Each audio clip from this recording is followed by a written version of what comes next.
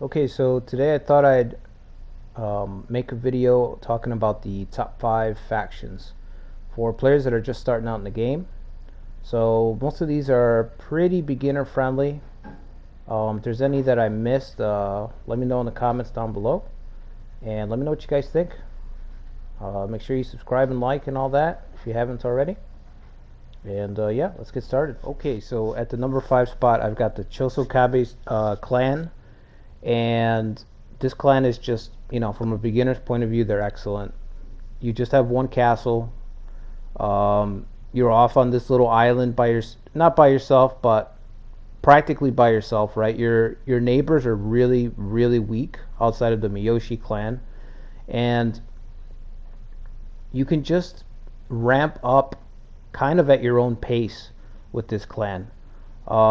Like I said, you just have one castle. It's very easy to manage, and it's good to get the basics down because you just have one territory, so you can just kind of get a good hand at practicing, managing basic civil things. Um, your neighbors are very weak, so you don't have to worry about invasion or being attacked. Yeah, the Miyoshi clan is really powerful on the eastern side of the island, but the events and stuff that are going to occur throughout the gameplay are going to take care of the Miyoshi. They're actually a clan that's they experience kind of a really drastic downturn. I need to do a video on them actually as well. But, so you don't have to worry about them for very long. You can make an alliance or something if you wish, or you can build up and use them as kind of like a practice.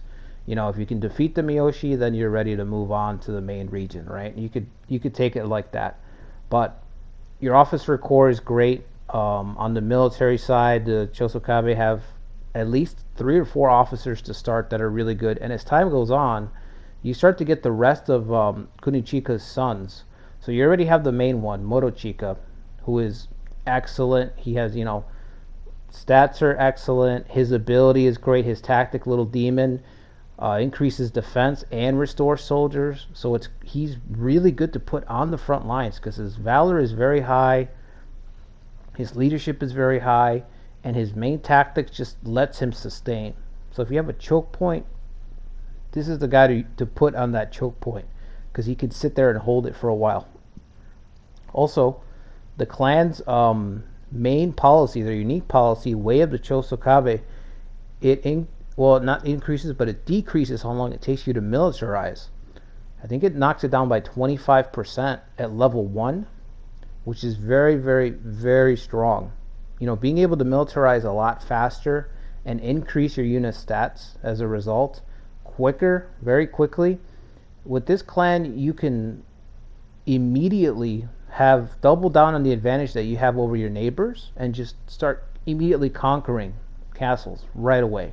I mean, you don't have to wait at all. The ramp up potential is insane right from the jump. So once you take the island, also, another strength of this clan is that you can choose what direction you want to go. You can head towards Kyushu and mess with the Shimazu or the Otomo, or you can head north and mess with the Mori.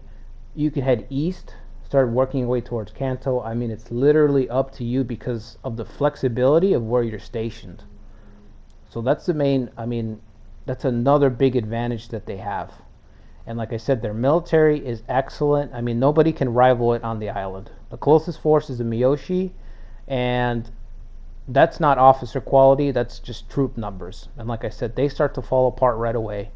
And you have your one castle, so playing as them is great for if you're just starting out. You don't want to manage too much. You just want to slowly ramp up, slowly understand the concepts of the game. That's my recommendation for number 5. They would be higher on the list, but once you do take over the island, chances are the challenge is really gonna start because at that point you are gonna have to deal with the strong Mori force to the north, or you're gonna have to deal with either the Shimazu or the Otomo, depending on who's winning over there. So there is a jump up after you conquer the initial island, but this clan is great just to get the basics down. Get the basics down, and then you can move on to another clan if you want.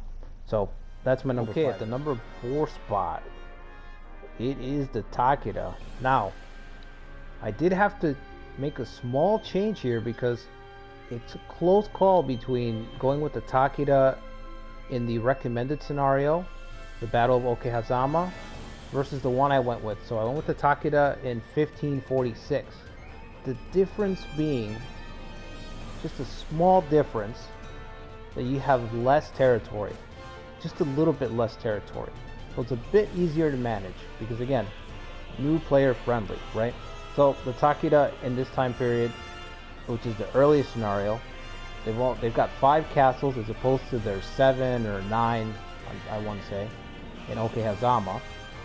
And you still have an alliance with the Imagawa to the south. You don't have an alliance with the Hojo, but that's fine because playing as a Takeda, man, is all about raw power, raw cavalry power, if I'm being honest. So if you look at the officers, I mean, Shingen Takeda is just, I mean, a god on the field of battle, right? What else is there to say? His special tactic, Furin Kanzen, units attack power increases, stamina is restored instantly. It's the Juggernaut effect. You know, if anybody's read Marvel Comics, right? Can't stop, won't stop. That's what this power is. Can't stop, won't stop. That's the theme, really, of this whole clan. Increases your attack, your stamina goes up, so your unit doesn't get tired, and it actually starts to hit harder as the enemy's weakening. Okay, that's nuts. Human Castle defense and increases the defense of surrounding units. Just a global buff to everybody around you. They're tougher to take down. Improved cavalry. This is a theme. Also with Way of the Takeda, this is a theme in this clan, obviously. Everybody has, not everybody, but most of the notable officers have the equestrian trait, which just buffs cavalry level. It is not uncommon to face Takeda armies that have cavalry level above 10, just consistently, because so many of their officers have the equestrian trait. Okay, and that's besides other effects that they have. They have a lot of generals have unique tactics, unique traits, you know, because they're all renowned. This place, the Takeda force houses so many renowned officers. So this is the faction to pick if you just want straight power, if you just want to feel unstoppable. You have enough castles to have a huge force. You can pick a direction and just go to war and run people over all day. You know, the officers are great. The officers get better with time, if anything. As time goes on, you'll start to get the Sanada clan, which is probably their most powerful clan housed within this force, outside of the main clan. The starting point is kind of the reason why I wouldn't place this clan higher, because you're in the dead center of everything in the game. You're in the powder keg. You know, you might be the powder that's used to light the keg, if anything. Kanto is just, this region houses everybody who's anybody is pretty much housed here in the beginning of the game. You have the Saito over here, you have the Imagawa to the south, which you're allied with, but still, they're taking, you know, they're your immediate neighbors. You have the Hojo over here, the Wasugi are still a thing. The Nagao are to the north. So, while you do have some small fry that you can practice against as a beginner and feel relatively strong, it won't be long before you become embroiled with a very strong clan. And although you are still the superior force, you know, Shingen's army is still the strongest force. I mean, you can pretty much almost point and click in a direction. Because you have 5 castles, for a beginner, you can get bogged down and you can get slightly overwhelmed, where, you know, managing all the fronts, losing track of something, you know, you're heading east and you can be attacked from the west and blah blah blah. So you do have to shore up your alliances, balance diplomacy a little bit, and have backup plans before you go out marching and, you know, running everybody over. You do have to have some contingencies. So that's the reason they're not placed any higher. If they had less territory, or if they had more alliances, you know, you could try the Okehazama scenario, but I feel like this one is slightly easier just because Nobunaga's power ramp is not quite here yet, so you're not going to have this huge force next to you quite so quickly. You're going to have plenty of time to just, you know, unleash your cavalry as to your heart's content and just run over Japan as much as you want. So yeah, that's going to be my number 4. Takeda in the 1546 scenario. Nobunaga is okay. So at number 3, I got the Mori clan in 1546. So we're gonna stay there, and they're just as strong as the Takeda, I would say. But the reason they get the edge over them, at least from a starting point of view, again, is this region that they're in. Mori's domain is a lot easier to manage than the Takeda's clan, whereas the Takeda is in the Kanto region and they're dealing with all that craziness over there. Over here, you're just dealing with two powers that are on a downturn. They're on a decline. The Yamago clan is on a decline. I mean, just at a glance. Okay, the Yamago clan's on a decline, and so is the Auchi clan. You could tell there, 7 castles, 20 officers. They're spread pretty thin there. Auchi clan, 8 castles at 24 officers. When you look at Mori's clan, 4 castles, so you have a lot less land to manage to begin with, and you have 35 officers. So you have more than your 2 neighbors here. Okay, that's one of your biggest advantages right from the get-go. You have more officers than your neighbors, you have less to manage. Okay, now in this starting date, the Mori is a vassal of the Auchi, so you don't have to deal with them. They're, you know, they're your overlords, at least in the beginning, right? So you don't have to worry about them. You don't really have to worry about anybody but the Yamago to start with, and they're in no position to really, you know, fight you. They're kind of a punching bag for Mori, if I'm being honest. So geography wise, this situation is excellent. You're very, very strong. The daimyo himself, Motonari Mori, and his clan is incredibly powerful. Now at this starting date, I think you only have his eldest son. You don't have your other 2 sons yet. But just like the Chosokabe that we covered earlier, once the rest of your sons start to show up, your power only gets greater and greater. And your daimyo is strong enough by himself to carry this whole faction. Okay, Motonari Mori's single best ability is not his tactic, it's his trait. Scheme Master basically confuses the whole enemy army the first time you take an allied post or facility is occupied during a battle. So while you don't want to rush out and grab the post right away, you can set it up. You can set your battles up so that when you grab that post, you trigger a whole army-wide confusion.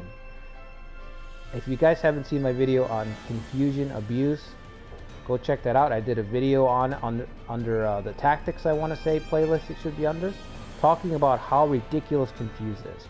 Confuse is insanely overpowered in this game. Motonari Mori lets you confuse the whole enemy army. So just imagine, okay? Don't imagine, just play. Just try this guy, okay? Try this guy out.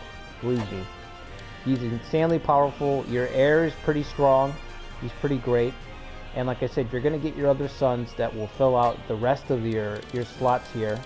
Because everyone else is just decent. It's just okay. You know, you don't have too many standouts to begin with in this starting scenario. But you don't have to worry about it. Again, you are the strongest force by far in this region. And the 2 other rival clans next to you are both declining. The Auchi clan, I think, are going to be picked apart by events fairly quickly. And the Yamago clan just don't pose any threat to you.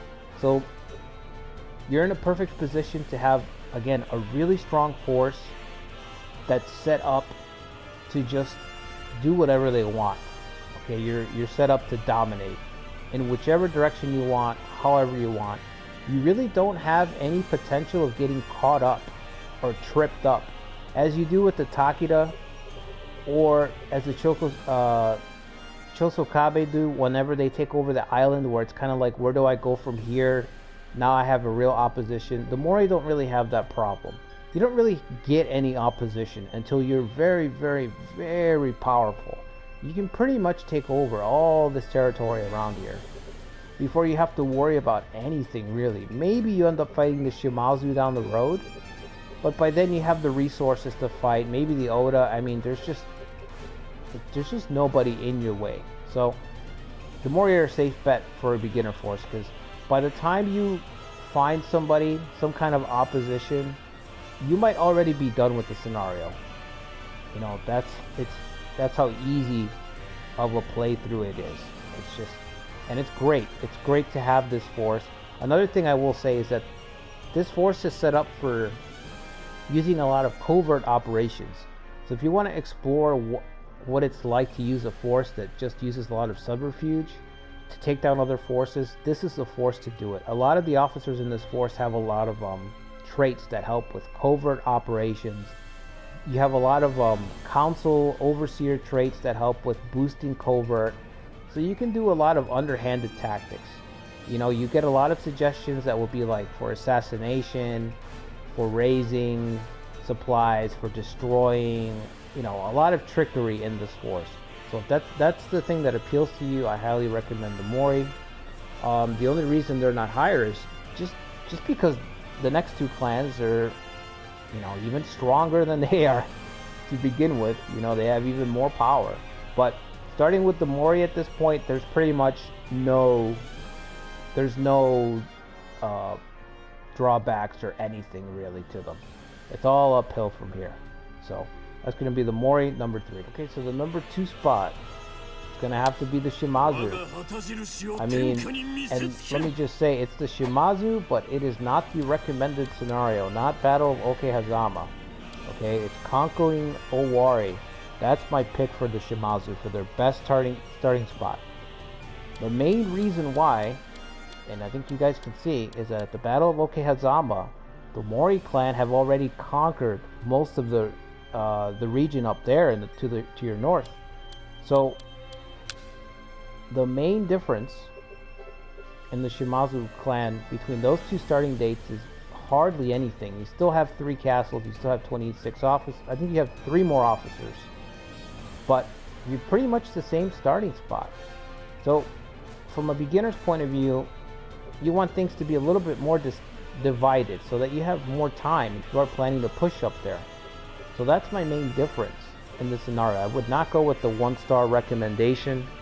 You know, they almost got it right on the nose for once with the recommendations, but they just missed it, because the better starting spot is definitely Conquering Owari. Now the Shimazu are just, if you want to shoot them up, you know, if you just want to tear people apart with musket fire, this is the clan to do it. Okay, it's not the Oda. The Oda have some musket ability, probably the second best musket ability in the game, but the Shimazu have number 1 easily. So many officers in this force use muskets, or help facilitate muskets, I should say. The gunnery trait, just look for gunnery trait when you're scrolling through the Shimazu forces. Not to mention Dragoon. Some of these guys even have Dragoon, which, if you guys don't know, Dragoon gives you 1 level of cavalry and 1 level of muskets in the same unit. So it double dips. There's a few officers, and I think you end up getting more as time goes on, but you have a few officers that have Dragoon, but the main thing is gunnery, and again, the facilitation of just straight musket power. Okay? That's the main reason to really use these guys, is to just watch armies get completely wiped out, completely deleted from existence with just hails of bullets. Your neighbors, your starting position is extremely strong in the island of Kyushu. Everybody is pretty much a straw man waiting to be target practiced, right? The only clan that you have that can kind of put up a fight is the Otomo, and you can consider the Otomo just kind of like your rite of passage into graduating into intermediate. You know, that's what I would treat them as. They're not very strong, but they do have numbers, so they can be numerous, and they can bring some allies to the fight. So they can serve like kind of like as a nice final test. But outside of them, everyone around you is ready to just be gobbled up and assimilated into your growing force of foot soldiers, of musket soldiers, really. Once you take over the island, usually it's a cakewalk. There's not going to be much opposition to you. Just the power that you can put together here by taking over all of Kyushu is enough to take over the rest of the map, usually. You might run into opposition in the late game. Whoever wins the battle in Kanto is going to be your main opposition at that point.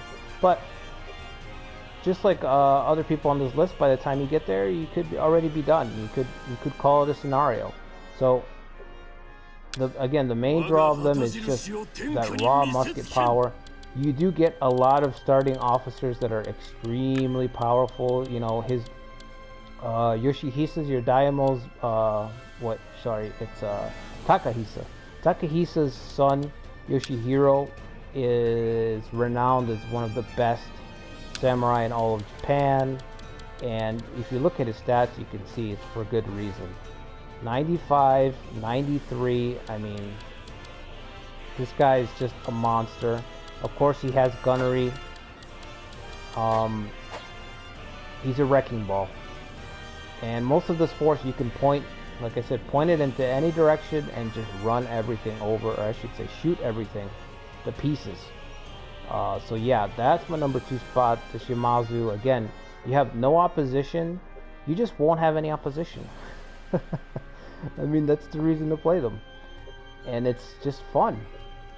It's just fun to field these armies and just watch everything get melted.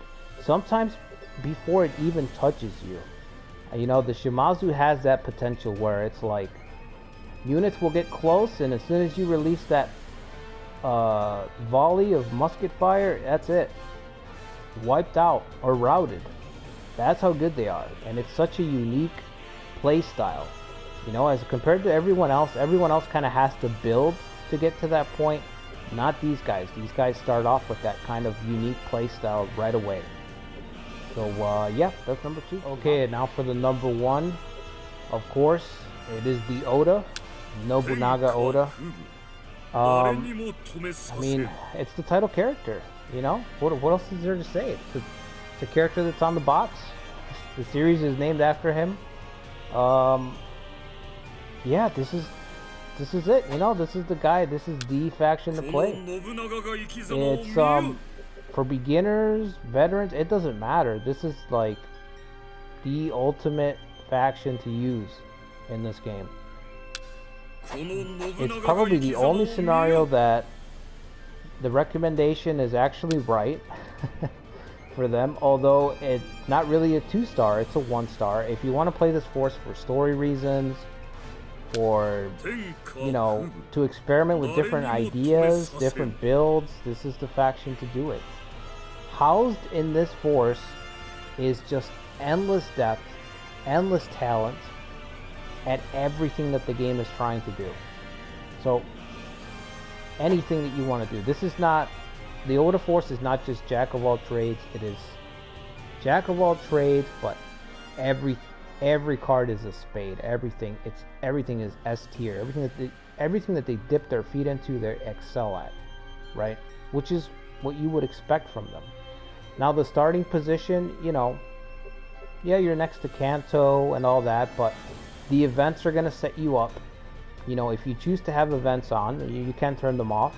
But my recommendation is always to play with events with Nobunaga. I mean, why wouldn't you want to experience the story, first of all?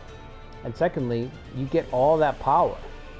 You know, you get to ramp up easily and become a powerhouse. Okay, so your starting position is here, and you know, for a beginner's point of view, you definitely want to start here at Battle of Okehazama. That's the best spot. But even if you're a beginner player and you want to play as a medium-sized force, let's say you say, okay, I want to play as a mid-tier force, a force that's at mid-size, right? Well, guess what? You're still going to play it as the Oda. That's still your best bet. Then you would say, okay, play Nobunaga Besieged, or play Battle of Mikatagahara, okay?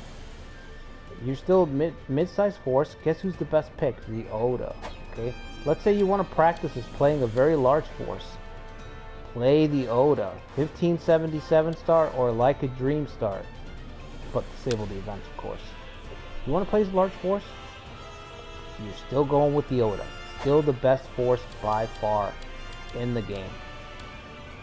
You know, build variety. If you're trying to figure out, you know, you want to play with a bigger force, smaller force, it doesn't matter. It's all Nobunaga, man. As far as the officer core, what I will say is that while the Shimazu at number 2 dominated the gun game with gunnery, the thing is that the Oda dominate everything else. You know, and they don't even do the guns that badly either. They're second place. They're a close second place. With regards to the depth, the officers, man, you could take the top 10 officers at this starting point. This is Okehazama. Top 10 officers in Okehazama can each be a daimyo. The top 5 easily have these stats to be their own separate daimyos. They're that good, okay? The top 10, you can still make the case that these guys are better than other daimyo that are starting in the game. So that's how good the core is, the core officers, and it only gets better. You don't have Hideyoshi Hashiba yet, you don't have Mitsuhide yet, so the core does get even crazier. But just at this starting point, it's already good enough to, again, even if you weren't playing with events, you could still run over people, depending on, you know, you could still pick a direction and say, okay, I'm going to ally with the Saito clan and go fight the Imagawa. Or I'm going to bury the hatchet with the Imagawa and I'm going to go north and fight the Saito clan. Or I'm just going to go west, start heading towards the capital. You know, it doesn't matter. You have the talent. The talent is just through the roof. So, while the Takeda, you know, they have to deal with all this here, and they have 5 to 6 officers that are great, but they have a huge domain. The Oda are in the other direction. The Oda have 10 to 15 officers that are great, and they do not have a huge domain to deal with. You know, the ramp, you can control how you expand. It's totally up to you. Or if you have the events on, even better. You're going to be able to, as everyone starts to fall and crumble around you because of the events, the Oda are there to suck up the vacuum of power that's created, and you just end up becoming insanely powerful as time goes on. It's really hard to lose this game as the Oda. It's really difficult, okay? I didn't know, my first time playing the series, I played as the Oda, and I didn't know what I was doing, and I still didn't lose. You know, it just, even making all the mistakes that I made, I just, you know, you have to really not be paying attention to lose as the Oda. That's how great they are. And it's so good because you're allotted to make so many mistakes as them. So they're perfect for learning, because you can just keep trying different things and keep tinkering with ideas and stuff, and you don't really have to worry about, you know, going to the game over screen and starting over to start again. So that's number 1, easily the Oda. Yeah, those are the top 5. From my point of view, those are the top 5 best beginner factions. There are some others, you know, that are close, that are near there in specific situations, but I think that these 5 are the ones that you can just start playing right away, really not know much, not know anything at all, and you can just get by and kind of learn and not have to stress so much about managing this front, managing that, or how do I stop this, or how do I stop that. You can just learn as you go and not have to constantly be wiped out or start over and avoid frustration. So yeah, hope you guys enjoyed the list. Let me know what you guys think in the comments below. You know, did I miss anybody? Was there a glaring You know, should the Nagao have been there? You know, should the Imagawa have been there? Probably not. But yeah, let me know what you guys think, and I'll see you guys on the next one.